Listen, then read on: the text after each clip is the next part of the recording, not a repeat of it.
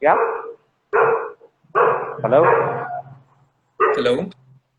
Yeah, can you hear me? Okay, cool. Shall we get Yeah, started? yeah, yeah. Cool, cool, cool. All right. So we are at Art Exposure Gallery.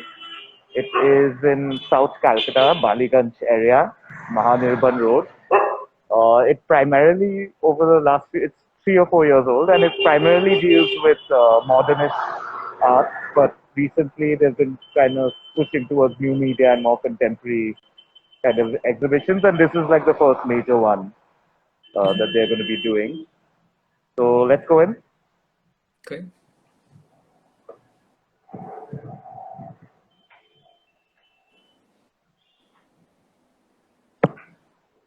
Okay, so uh, here's Adwait's note.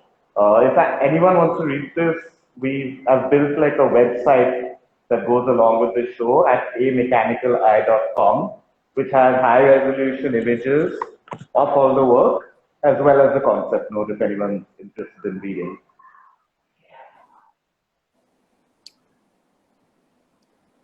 So Virag, your yeah, feed is horizontal. Is there a way that we could turn it right side up? if we make it vertical, yeah, sure, sure. Yeah.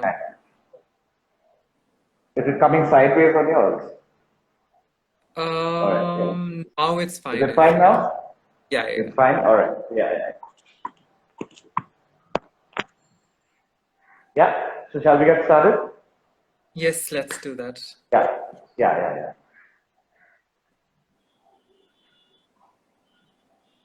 No, yeah, keep it straight. Yeah. Cool. So should I just start talking about these works, the image series? Yeah, so what we're gonna do is we're gonna start the walkthrough. So Virag will walk us through the space and he would talk about the different bodies of works that are in the Okay. exhibition. And then Okay. in between, I will intervene with my own questions as and when they occur to me. Sure, sure. Over to you. So yeah, yeah, absolutely. Okay. So these six images are uh, the first four are called half life, 1 to 4, and the other two are called eidetic image. They're mainly made out of posters that I've kind of collected from whichever area I'm in at the time. So some of them from Bombay, some of them from Calcutta. I got out of Bombay during the lockdown. So the idea is that I've been kind of really interested in like this you could say like social archaeology, where I've been like taking layers and layers of these posters, gluing them together, and then like erasing away, like collage and decollage. Like using sanding machines, I've been like kind of sanding them down to something very flat and almost fossil-like. And I've been really fascinated with the kind of the edges and the kind of forms that come out through this kind of destructive process. And I use that as like a starting point for these collage. You could call them collages. They've got a little bit of watercolor in them as well. So these four, I kind of did like deep. That like this is like the result of me being like deep in the middle of the lockdown, when I was kind of like this one kind of it's when I started working with this material, this kind of started looking like a door. Things started looking like a certain kind of botanical, like a lot of the botanical illustrations which I've been very fascinated with. They kind of started resembling that. So within that, I kind of wanted to present them in that sense, in that kind of isolated space, like almost like it's on display, right? Like some sort of new biology, you could say.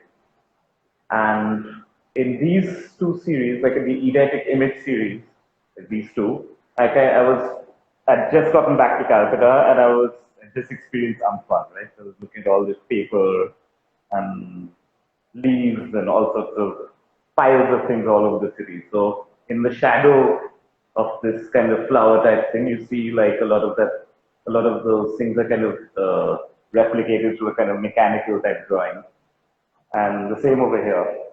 So I was kind Hmm. of interested in like an image and an after image. like what came before, what came after. These two really big things like coronavirus and Amphan happened, and nothing is the same. So what's going to come out of it? Like those are the questions I've been grappling with. Mm. And in in the Half-Life series, I kind of wanted to put the works. I didn't want like in this one I had a shadow which kind of has a bunch of detail and kind of creates like a contrast. Right away, I wanted to focus just on these kind of objects that I'm creating. So I Mm. just like kind of painted a very delicate shadow. But what was interesting is in order to get the perfect shadow, I kind of laid these out. I scanned them in to the computer. I created like a light simulation where I kind of placed it. I created a 3D space, put different Mm. lights, see how they look. So I kind of mechanized the process of it, which got me the results that I wanted. And in the process of doing that, I've done a lot of that in the show. That's kind of been like one of the running processes of the show. Virag, since you refer to them as an exercise in social archaeology, could you perhaps talk a little bit in depth about the excavatory process through which you create Yeah, these yeah. surfaces, the process of layering, and how the whole process evolved over a period of time? I'm sure like there were differences in your Sure. methods approach Oh, back yeah. when you started Yeah, collecting that's all a these. that's a long story. I started it as a kind of more like I was investigating a certain neighborhood. But I was doing a project where I was like capturing, like collecting posters from different areas of different parts of the city, parts of Bombay, and kind of making little islands out of them. So that was where I kind of started. The process has gone a long way. Now I kind of revel more in like the delicacy of the paper, of the destructive process. And actually, better, I've got some of my pieces here, so I can show you. Yes, I'm sure. So here, so usually the process is I find these posters from all over the place. Usually the very thin ones, printed on offset. That gives the effect that I want. So usually things that are very mass produced. So I layer them up, layer them up, layer them up, and then I take a sanding machine and I create surfaces. So it's like a kind of eats away into the paper. So these are the kind of surfaces that I use to say create grids. So I make these out of clay. And then Mm. you can always use rope with resin, and then you can, if you want to eat away at it like this, to create like a speckle effect. So that way, I've like it's a lot about like a kind of controlled abrasion, Mm. and as a result, you get pieces like this. And Right. then there are many stages of sanding and organizing, etc. Mm. So I don't really use scissors or anything. I just kind of let the sanding and the tearing kind of do the job. Even for the final, the overall the overall shape of the paper. Yeah, absolutely. You I mean, don't yeah, leave of it. course, yeah. Of course, I'm taking the little pieces and composing them together, which I often do on the computer. But then Right. the edges, I don't like the edges of a scissor. I like the edges of this, and that's kind of what I've gone with. Hmm. So yeah, I try to reduce as much of the image as possible. Uh, and then I have to organize them into smaller pieces, different colors.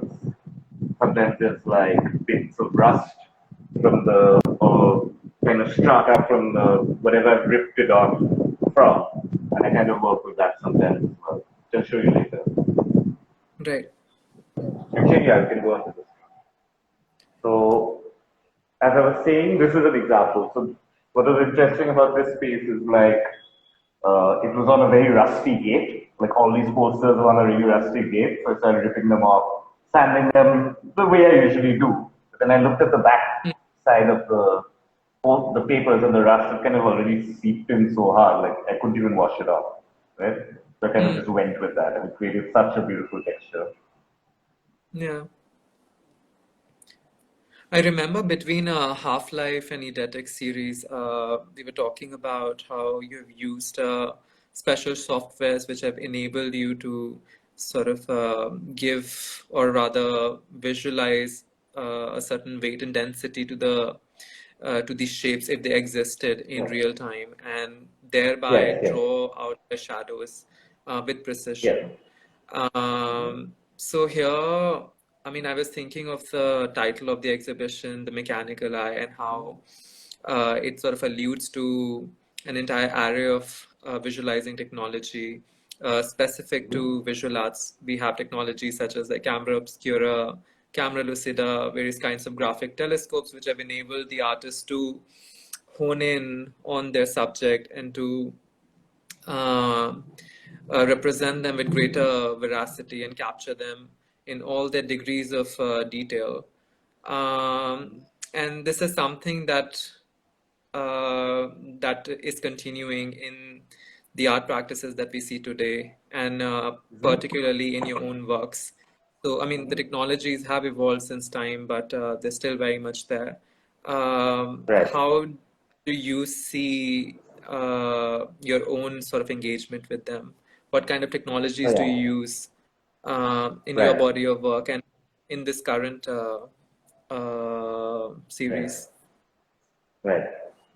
Yeah. So it's not just about the technologies they use. I feel it's like a certain kind of mentality that you have to kind of foster. And for me, it's this. I've been working for many years as a designer, graphic designer, stage designer, set designer, etc. And I've been doing painting, airbrushing, lots of very technical drawing and airbrush based work. And I kind of kept them separate. So Hmm. in the painting part of my life, I used to kind of trust my intuitions and trust a certain greater idea of what I can make and just like go for it, right? Like very cathartic kind of work, as many artists do earlier in their career. Uh, but while working in the commercial sector, I'm doing this simultaneously, like when I had to plan, when I had to simulate things for clients, right? So somebody wants something made, I have to get it approved by 10 people. So I have to make graphics, I have to make 3D models, I have to basically simulate the thing to make everyone understand. In the process of doing that, I just realized that my work was getting exponentially better. The more I planned it out, the more I mechanized it, the more I arranged it. No? So Hmm. this exhibition is like the just jumping into that thought process with both feet. It's like let's ditch the intuitive. Let's forget that idea of this genius artist just making stuff from the back of his head. Let's just like use all the tools that we have as rigorously as well as I can and see what comes out. And I've been pretty happy with the results. Hmm. And recently, like one sees you sort of like straying outside of your older sort of ambit, and you're experimenting a lot more with other kinds of techniques and other kinds Right, of like borrowing from other kind of disciplinary domains. So, for instance, you right. did this installation in collaboration with your brother Aban in Serendipity Art Festival last year, was it? Yeah, yeah, yeah. Uh, yeah, so it was a So sound yeah, we did installation a where you like exactly. visualizing Yeah, frequencies that sort of like otherwise go undetected, and the kind of effects exactly. they have um, Right, on our body, and in right, a way, like sort of like playfully creating this immersive atmosphere where one could sense those frequencies, because otherwise they're all around us, but we can't really exactly. feel them, let alone the impacts, which are again similarly sort of hidden or sort of like infra. Right. So, I mean, now in this series as well, you have sort of like uh, broken away from your more wall-based works. I mean, some of the works are still wall-based because you're working with digital collages, which can be like Right. framed and hung on a wall. But when it comes to sort of like the approach, there is a greater inclination towards digital collaging and even using like photogrammetry and scans that you have procured online and then sort of combining it together in this creative and intuitive way. Right. So, like, where does this sort of like new direction, where is it coming from in your practice? It's definitely coming from I mean, before I decided to be an artist or designer, I wanted to be an engineer at some point in my childhood. So it Hmm. was like engineer, designer, and then artist, kind of the thing. So that is part of my history. I'm absolutely obsessed with like 3D graphics, always have been, and Mm. polygonal models and the way things are rendered and all the different layers. And I guess I've been kind of afraid to bring it in, like, in the, it's, I mean, I haven't felt confident in bringing it into my artwork because I used to feel it needs to be a certain way. I didn't believe that making designs and then print them out on beautiful archival paper would be something people want to see. So that was, and it also came out of a bit of necessity, right? Like my studio's in Bombay, so I had to come back to Hmm. Calcutta, kind of scale down a bit, but then digitally I scaled up. I Mm. thankfully prepared by getting a video card so I could process all this data. Hmm. So that was lucky. But yeah, it's something I've been planning to do. I assumed I'd be doing commercial projects with like these 3D skills that I've been slowly kind of building up, but this just happened. But could it also be that, like, working with the conditions of lockdown and having a restricted mobility, perhaps one is not able to be as out and about to collect the posters that you collect and to sort of work in a more hands-on way. So perhaps, like, as a matter of contingency, you then started sort of working from home with the material that you had with the I mean, when you're working digitally, like everything comes to you and comes to your table. Uh, Right. so it is Yeah, like a yeah, yeah. different Absolutely. methodology to work. So Absolutely, it could be absolutely. that. I mean, all the events stopped, right? So all the posters stopped. So even getting the ones I used to use was hard enough. But interestingly, like exactly what we're talking about is kind of the theme of this piece, where like as you can see, like you have this kind of thing, which is while I was collecting like 3D scans and 3D data, I also found lots of network data. So all of these are like network maps of the networks of Facebook, Instagram, the way people kind of interact online. So kind of like layered them up and created kind of thing emerging from it. Like it's almost like an escape with like a house on the top. So like this work was like a direct kind of reaction to the frustrations of being locked down because your frustrations of being in a network, trapped in a space, trapped in a network, however you see it. Hmm.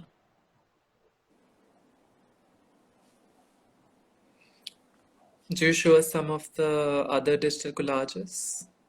Sure, sure, sure. So yeah,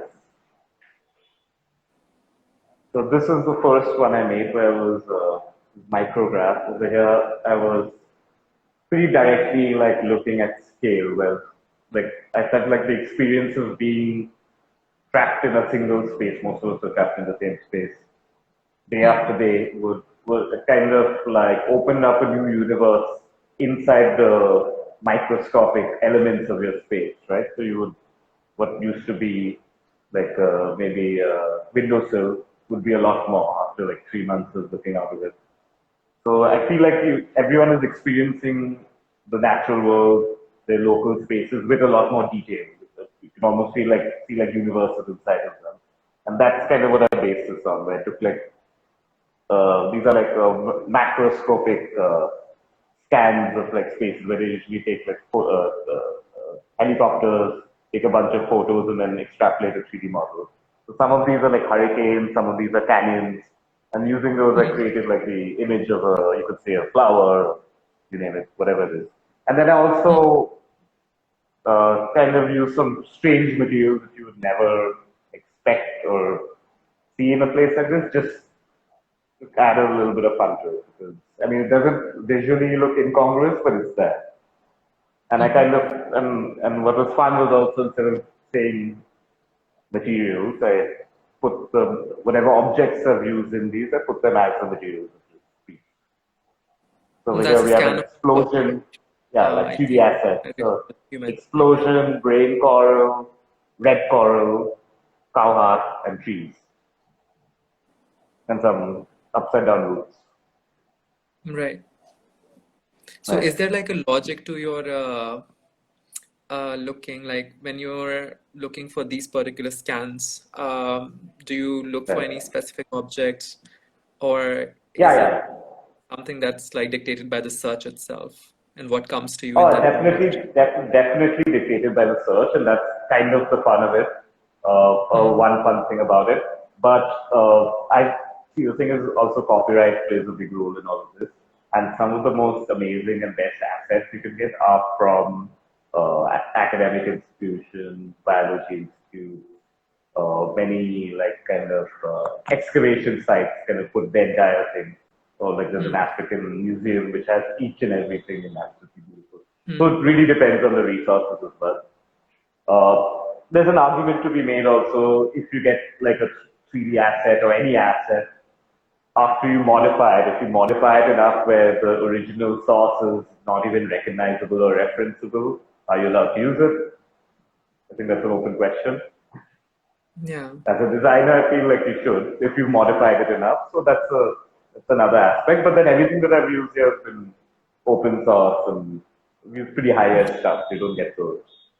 Those are pretty legitimate. I think you And many of touched the things are on a taken. very Yeah, poignant contemporary issue to do with like copyrights and information monopolies and who gets to hold access over knowledge.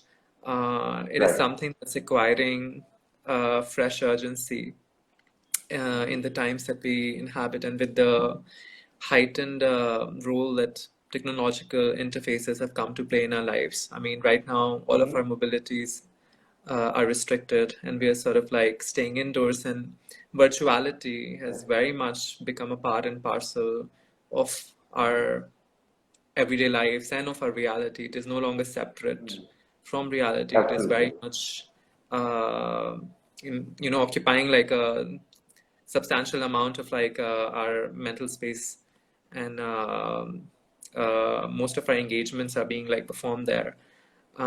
right. Conversations, but also like our commerce, businesses, everything, like all sorts of interactions. So in such a scenario, uh, data has like become this like new sort of gold-like entity, and there's a rush to capture it, to like lay claim to it, and Right. uh, the question of access to data is being mobilized in like a new way. So I think it's important to sort of like look at some of these questions, and I know that you do through the course of working on these digital collages, sort of have to navigate these questions of like copyrights, and I'm sure you're also accessing a lot of like open source softwares and open source like data banks Exactly, and yeah. sources where you're like just getting these scans from. Um, so what I And wanted even to like, other, hmm, yeah, go on, please. I was just saying that what I wanted to sort of say about that is that Uh, how would you position yourself within this sort of like conflict over data? I mean, take Facebook for example. Like, there's so much that has recently been like going on with Facebook and the Oh, yeah. different discourses that it's becoming a part of, like with its like free basics and sort of offering this sort of like free internet service, which is like highly misleading because it's not really free internet, but it's more like a customized and selective sort of operations and Right. services that they're offering their user, which sort of threatens net neutrality and leads to other kind of fears. And of course, it increasingly also trying to regiment and restrict what kind of content do we as users get to share. I mean, all of us got this update, which is going to be implemented from, I mean, in October, like in the start of October, where our data could be removed by Facebook, or its access could be limited if it threatens its own sort of like legal standing within a national setup. So, Right. in such scenarios, like how and what kind of role do you see uh, people and users sort of claiming within this uh, warlike situation? Like what side Right. and how should like people sort of like mobilize their agency to sort of like Right. protect their rights and protect their sort of ability to still be able to like determine their own freedoms, and what kind of Right. data they get to share, what kind of information uh, they get to give permission to certain parties to harvest from them, and in what ways this information is being used by the parties that they allow access to.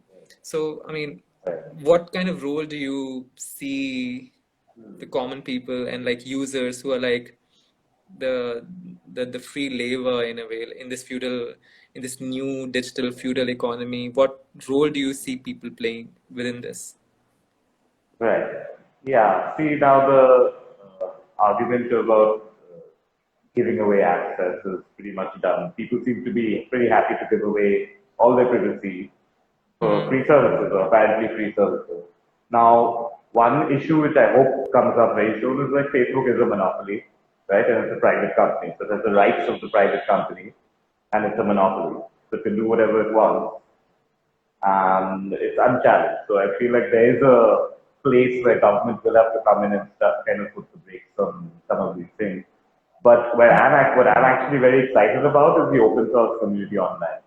I mean, Hmm. that is what kind of started the internet. If you see the people who kind of build all this stuff, they're people very open source mentality. Yeah. And that is where the most support exists. So, for example, like for last few decades, everyone's been using things like 3D Studio Max, Maya, and softwares like that. Then the Hmm. software called Blender came out, which I've been using for a lot of this work, which is absolutely open source, made by 3D designers. Everyone's pitching in, you know, and it's absolutely amazing. And now even the big studios are switching to this software. So I kind of see a little bit of optimism within that kind of absolutely free Wild West, old, you could say 90s version of the internet which still exists. You know, where people are Hmm. just like very enthusiastic and Yeah. very shy. So yeah, now social media is designed in such a way. If you listen to interviews by the people who design social media, it's built from similar algorithms and logic which they use for gambling systems, right? Like the slot machine is very similar to the swipe down machine. You use similar Yeah. algorithms. So you could make it. It's a very good argument to be made that these pages or websites are designed to keep you addicted and keep you polarized. So that's something I think people are waking up to. Hmm. Yeah, In a I'm trying limited to be way, optimistic. open sources and like hacking does provide a respite from some of this like uh, big corporate monopolies and Right, their sort of holds on information and knowledge. But right, then, it also sort of like complicates our understanding of ethics of absolutely. accessing data on the internet, and like, is it ethical to sort of like circumvent someone's copyright in order to sort of provide more democratic access to that source of knowledge? So, I Correct. mean, our ethics sort of like get very, very checkered in such a new and shifting sort of discourse. But Right. like, how did you like navigate this question of access? Because you were sort of using some of these ways for accessing data, and I'm sure you would have come across Right. these questions Right, right. yourself. I So, think, yeah. So let's move into the installation room and then we can talk about that, some of the sure. data that I've taken. Yeah. So,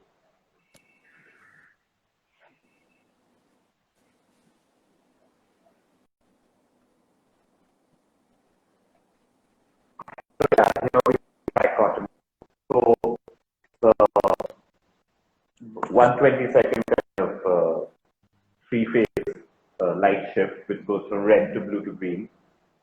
15 seconds on each color, and what happens is designed in such a way that it kind of lights interact with the color, and if the image is kind of blended, kind of built into the.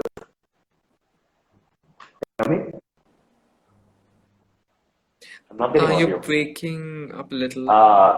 Yeah, signal's a bit bad. It's better now. Yeah. Better now? Okay, okay. Yeah, so as I was mentioning, like over here, there are three colors, three layers are built, designed in such a way that the colors interact with certain aspects of the print. So we are really looking into like different systems that exist. So you'll see three different systems on three different layers. And in each of these, as you can see, I've done a lot of things with the kind of data that I've accumulated. And in reference to the conversation we were having earlier, as you can see in this layer, you see these lines kind of developing around where the leaves are. So there I put in like around 10,000 buildings, which are almost at the frequency of the leaves that would be there. I wouldn't know how to build it or make that many interesting ones the way I wanted. So I went into a file system of a game, and I pulled out some 3D models, and then I modified them extensively and kind of got it to this stage. So in my opinion, you'd never even recognize where it's from, but yeah, kind of goes a bit into that hazy territory. Yeah. And this layer is a lot of organic matter. Now it's switching to the next one. So that the red layer was dealing with a lot of organic matter. And on the green layer, I kind of took the posters that I was kind of collecting and sanding, and then I used auto picker to face shapes out of it, so I could expand it to give it like solid shapes rather than the rough texture. So I found those very interesting, almost like matte-like typography. And this layer that we're going into, as I mentioned earlier, the top is those buildings, like the futuristic buildings, and as you go down the tree, at the bottom are like the really old-fashioned kind of wrought iron ancient machinery. Yeah. So here I'm very interested in looking at the different systems and how they interact.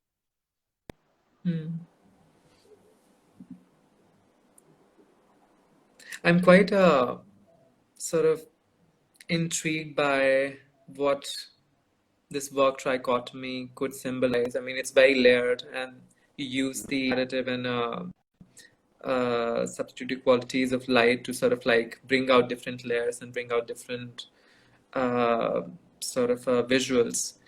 So basically, like playing with like light, but then it sort of speaks to this kind of like confusion or enmeshment between reality and virtuality, to me at least, because I was earlier like referring to how it's no longer possible for us to sort of like distinguish or to separate virtuality from reality because it is very much embedded and sort of like increasingly occupying larger and larger spaces within our real time.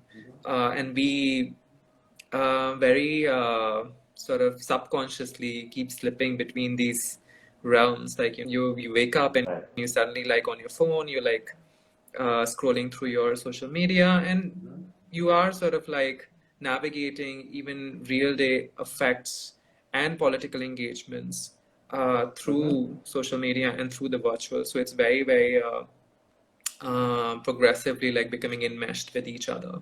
I was also earlier referring to how with the new role that digital is sort of like playing into our lives because of the conditions of being at home and not being able to like leave our houses at the risk of like catching the virus or whatever. We are, for better or for worse, sort of tethered to these setups, and they are much more present in our lives. So I was thinking, how, like, do you see this kind of like symbolism play into trichotomy at all? Like, do you see this interplay of like reality and virtuality? Oh yeah, yeah, yeah. And also the old school magicians sleight of hand with like all these like old technologies that they used to use for creating these illusions, even like holographic imageries and mirrors. So for me, it has all these connotations. I wonder Right. if you also see it that way. Yeah, the thing about this piece is it has like everything about it is digital. It's designed digitally. Hmm. It's wireframe. It looks like a screen if you took a photograph and you put it online. But then when people actually experience it, it's like actual material, physical. I feel like this Virag, turns you're it breaking up a little bit.